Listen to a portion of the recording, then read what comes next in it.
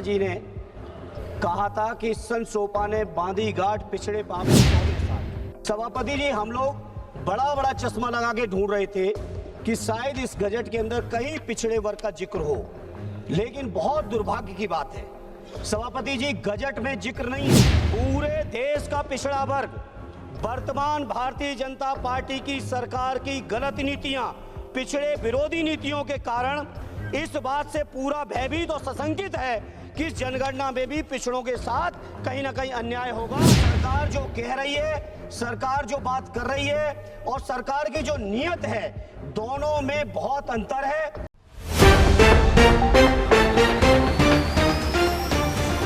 उत्तर प्रदेश के आजमगढ़ से सांसद धर्मेंद्र यादव ने संसद में जाति जनगणना को लेकर केंद्र सरकार पर बड़ा सवाल खड़ा किया है। उन्होंने सरकार की नीयत पर सवाल उठाते हुए कहा कि पिछड़े वर्ग के साथ एक बार फिर अन्याय की आशंका गहराती जा रही है। सभापति जी, हम लोग बड़ा चश्मा लगा के ढूंढ रहे थे कि शायद इस गजट के अंदर कहीं पिछड़े वर्ग का जिक्र हो, लेकिन बहुत दुर्भाग्य की बात है सभापति जी, गजट में जिक्र नहीं है। भाषण और बयान लगातार सरकार दे रही है कि जाति जनगणना होगी। सरकार जो बात कर रही है और सरकार की जो नीयत है, दोनों में बहुत अंतर है। अगर सरकार की नीयत पिछड़ों के लिए सही है तो इस गजट का संशोधन करिए। संसद में बोलते हुए सांसद धर्मेंद्र यादव ने अपने वक्तव्य की शुरुआत देश के महान नेताओं डॉक्टर राम मनोहर लोहिया, सरदार भगत सिंह और राजगुरु और सुखदेव को श्रद्धांजलि देकर की। इसके बाद उन्होंने सीधे मुद्दे पर आते हुए जाति जनगणना को लेकर केंद्र सरकार को घेर लिया। धर्मेंद्र यादव ने कहा कि 30 अप्रैल 2025 को केंद्र सरकार की कैबिनेट ने जाति जनगणना कराने का फैसला लिया था, जिसका देश भर में स्वागत हुआ। उस वक्त ऐसा लगा कि शायद पहली बार भारतीय जनता पार्टी भी पिछड़े वर्ग के मुद्दों पर गंभीरता से सोच रही है। लेकिन सांसद ने आरोप लगाया कि 22 जनवरी 2026 को जारी गजट नोटिफिकेशन में पिछड़े वर्ग का कोई स्पष्ट जिक्र नहीं है। उन्होंने कहा कि इस जनगणना के करीब 33 सवाल तय किए गए हैं, लेकिन उनमें कहीं भी ओबीसी या पिछड़े वर्ग को लेकर स्पष्ट प्रावधान नहीं दिखता।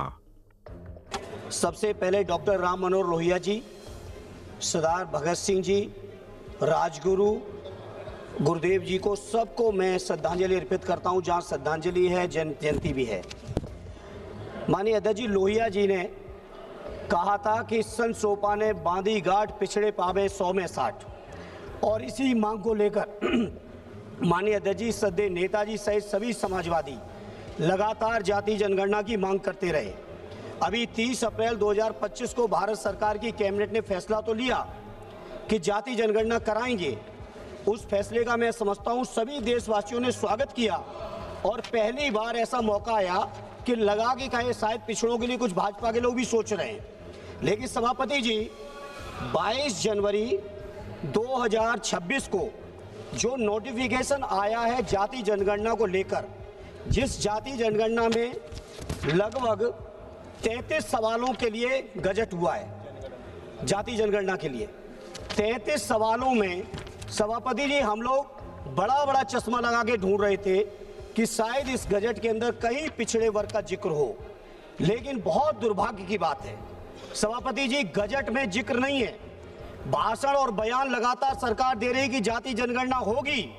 ये सभापति जी, पिछड़ों के साथ 2011 की जाति जनगणना में भी धोखा हो चुका है, और इसलिए पूरे देश के पिछड़े वर्ग के लोगों को आज भी इस बात से डर है, भय है कि सरकार जो कह रही है, सरकार जो बात कर रही है और सरकार की जो नीयत है, दोनों में बहुत अंतर है। अगर सरकार की नीयत पिछड़ों के लिए सही है तो इस गजट का संशोधन करिए। बैठे हैं धर्मेंद्र प्रधान जी, अक्सर बात पिछड़ों की करते हैं, लेकिन इस गजट में कहीं पिछड़ों की चर्चा नहीं है। पहले सवाल दिए, आधा मिनट सवाल। पूरे देश का पिछड़ा वर्ग वर्तमान भारतीय जनता पार्टी की सरकार की गलत नीतियां, पिछड़े विरोधी नीतियों के कारण इस बात से पूरा भयभीत और सशंकित है कि इस जनगणना में भी पिछड़ों के साथ कहीं ना कहीं अन्याय होगा।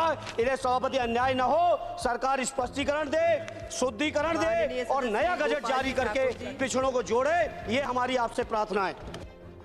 उन्होंने कहा कि अब लोग बड़ा चश्मा लगाकर ढूंढ रहे थे कि शायद गजट में पिछड़ों का जिक्र हो, लेकिन दुर्भाग्य से ऐसा नहीं मिला। सरकार की बात और नीयत में फर्क साफ दिखाई दे रहा है। धर्मेंद्र यादव ने 2011 की जाति जनगणना का जिक्र करते हुए कहा कि उस समय भी पिछड़े वर्ग के साथ धोखा हुआ था। यही कारण है कि आज भी देश का पिछड़ा वर्ग सरकार की नीतियों को लेकर आशंकित और भयभीत है।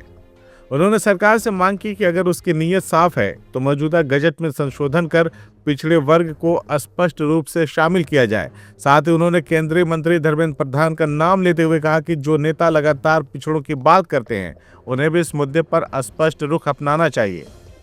अब सवाल यही है कि क्या सरकार इस मुद्दे पर स्पष्टीकरण देगी और बजट में संशोधन करेगी या फिर जाति जनगणना को लेकर राजनीतिक संग्राम और तेज होगा।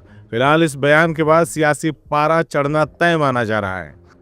CIB इंडिया न्यूज की सभी खबरों को देखने के लिए लाल रंग की बटन को दबाकर चैनल को सब्सक्राइब जरूर करें, घंटी जरूर दबाएं ताकि हमारी सभी खबरों के नोटिफिकेशंस आप तक पहुंचते रहें।